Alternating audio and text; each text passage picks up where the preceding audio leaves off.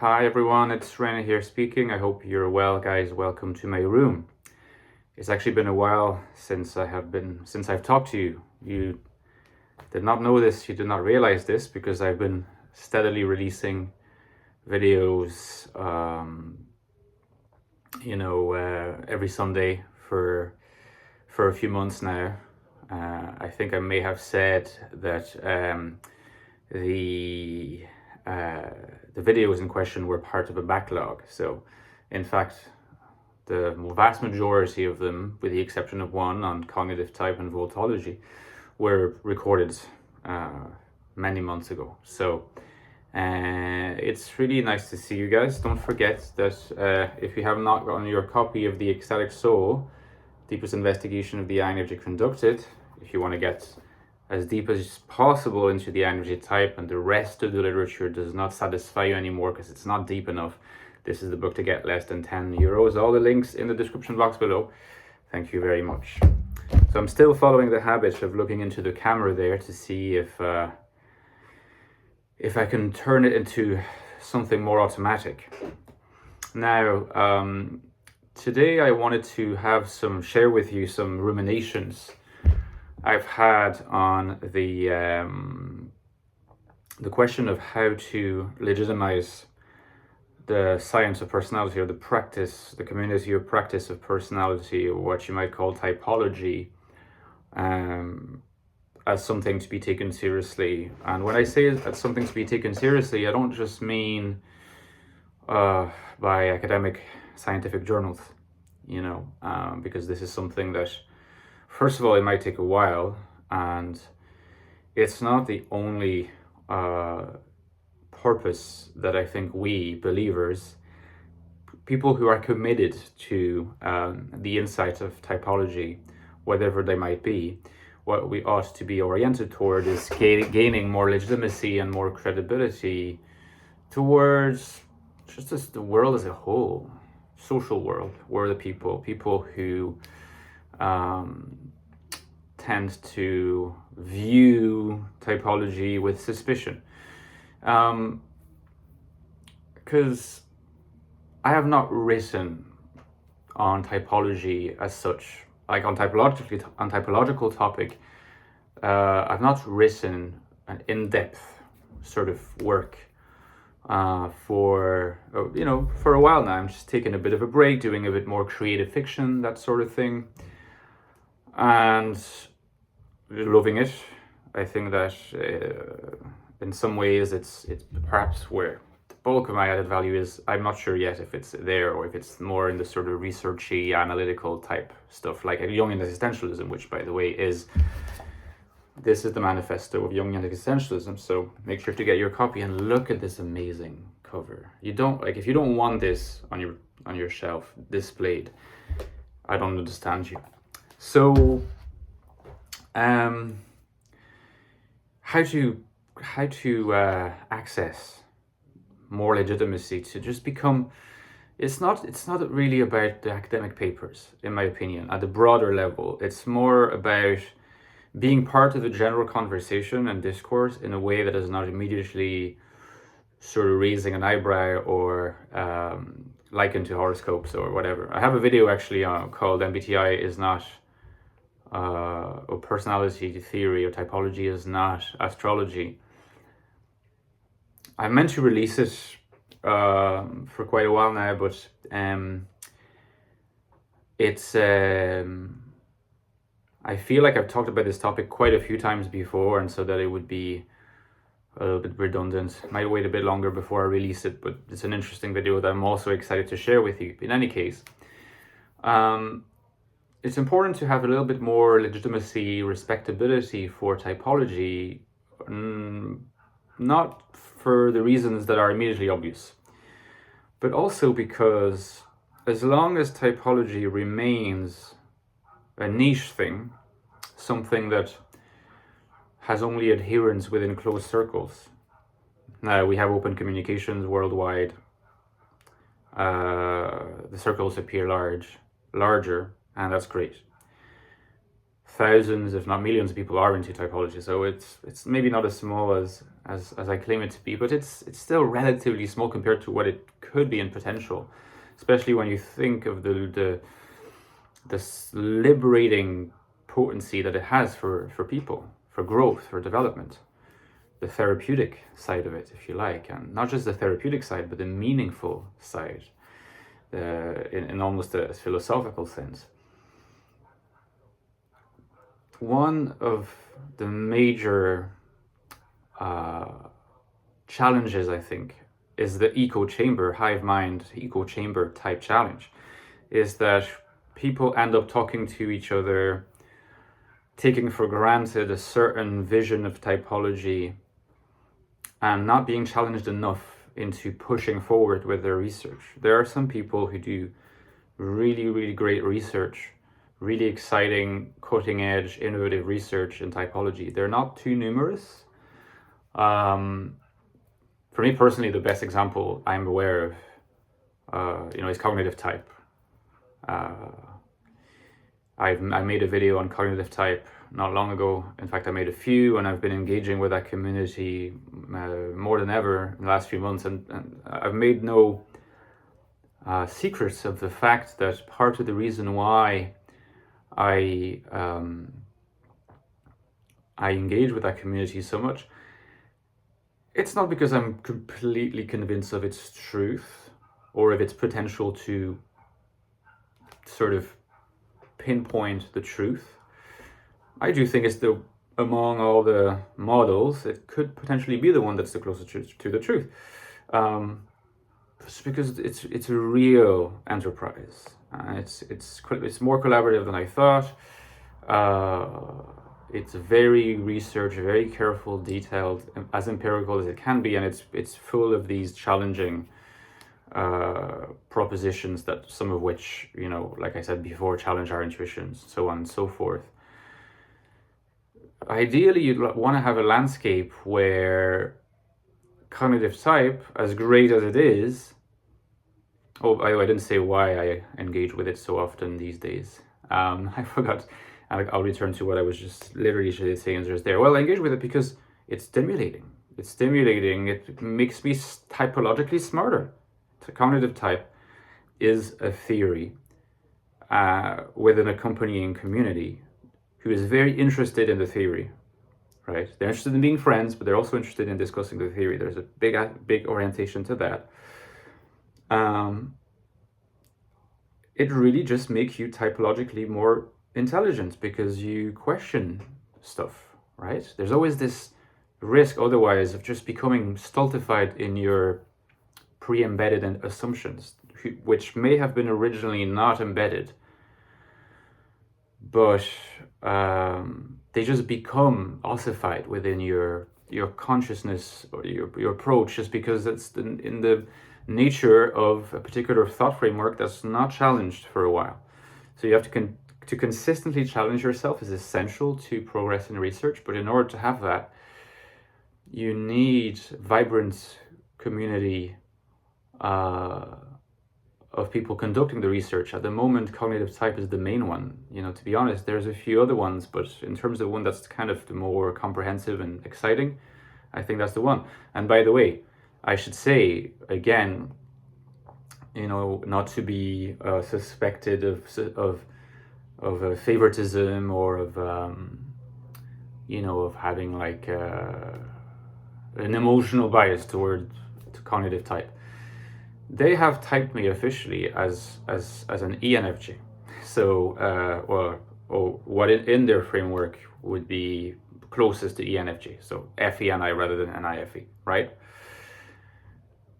And a reaction I could have is to say, oh, they're completely wrong, they're bullshit, like clearly, whatever, you're right? It's a possibility. Another possibility, which I think is the much more interesting reaction, is to say, oh God, that is really interesting. I would not have expected that. Let's try to see how much I agree with it, if I agree with the systematicity and the legitimacy of their assessment, and if maybe it's telling me some things about myself that I had not assumed because I had been sort of really oriented toward this INFJ, INFJ model. ultimately, whether I'm INFJ or ENFJ, could be, it's something that might not be settled. And it could be, depending on what philosophical stance you have on knowledge acquisition, metaphysics, you might consider that maybe within the CT, cognitive type discourse, I'm an FENI, and maybe in other systems I'm an INFJ, and you can live with that, So at the moment, that's what I'm embracing, because it allows me to not have to ask myself too many questions in terms of, making videos associated with INFJs on this channel. But it's just to say that, it did nothing back to me, to hear that typing. What mattered was not the typing, whether it made me happy, sad, validated, or not validated, but about whether I thought it was exciting in terms of how it approached it, right? And the manner in which it didn't fall into facile, sort of common sense traps, instead of really going for what the data seems to be saying, right? So there needs to be more cognitive types, is kind of what I'm saying. I mean, ideally, for the typological community to be more respectable, legitimate, there needs to be different schools, one of which would be cognitive type, but there could be many others. Now, you're very familiar with the problem, which is in fact very connected to the fact that typology is a bit kind of in its infancy and is not a rigorously organized discipline. There's a lot of egos and ego trips and ego cults and very puerile infighting. So, I'm not going to name names again, because I've done it before and I'd repeat myself, but there's a lot of ego cults in there in typology, which may not have begun as ego cults, but it turns out they are, and people take the arguments of those particular schools, and which are not really schools, on authority rather than sort of scientifically, in terms of what they have to bring and how they are assessed in terms of their genuine contents. It's a feedback loop, sort of vicious circle situation, because you could say, well, for the typological field to be more legitimate, it would need more schools. But you could also put it in the reverse way and say, in order for there to be more schools, you need to have people who take it seriously, and for there to be more people taking it seriously, people with talent, people with ability to create systems and models, competing models, open to critique, open to cumulative research, insights, modifying, taking into account maybe weaknesses and stuff like that. You need to have legitimacy in the first place. So it's a very difficult situation that we're in, and I'm quite happy to assume the role of the commentator and maybe providing sort of critical insight here and there for whoever wants to hear it. But in the last part of this video, which I'm sure I've been rambling in, and I apologize for that, by the way, but you have to, you know what you have to do? You have to cut me some slack. Well, that sounded a bit aggressive, didn't it? You have to be kind with me. You have to be patient with me. That sounds a bit nicer. Because I've not made a lot of videos in the last 3-4 months. In fact, I think this is the second video I recorded in the last 3-4 months. So maybe I'm just not used to being as structured as I used to be, assuming that I've ever been, which is a highly debatable question. I'll just suggest what my approach these days is, not so much at a scientific level, but at a more philosophical level. These disciplines and currents of thought, they interpenetrate, and nothing that's shared at a level of ideas is ever completely lost, and it can end up influencing others. So I do want to share this here. Is that one other possible way or to legitimacy, which is not directly scientific as such. Science is a part of it, but it's, again, like I said, it's more of a philosophical standpoint. Is to think of the challenge of legitimacy for typology and the psychology of personality as a challenge about how to legitimize the scientificity of observations about psychological phenomena, cognitive functions, libido, archetypes, transcendent functions, symbols, signs. You have an endless number of these categories, and those are mostly taken from Jung. Let's remind ourselves, because this is always healthy, that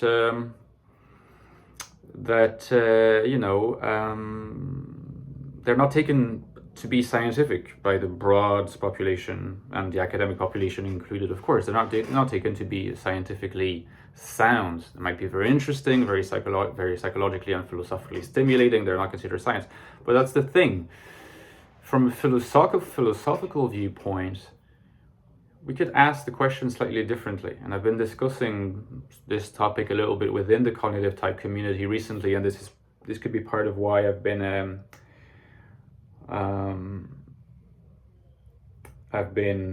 what would be the word? I've been inspired to make this video. A lot of the challenge at the philosophical level might hinge on what we consider to be truth, right? So instead of asking the question, being obsessed with, is it science, is it not science?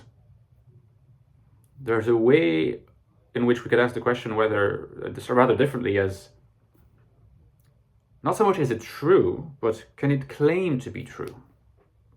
In the case of science, we don't really ask that question because we take it for granted that science can claim to be true. It's part of how we think about science. I'm not going to go further into that at this stage.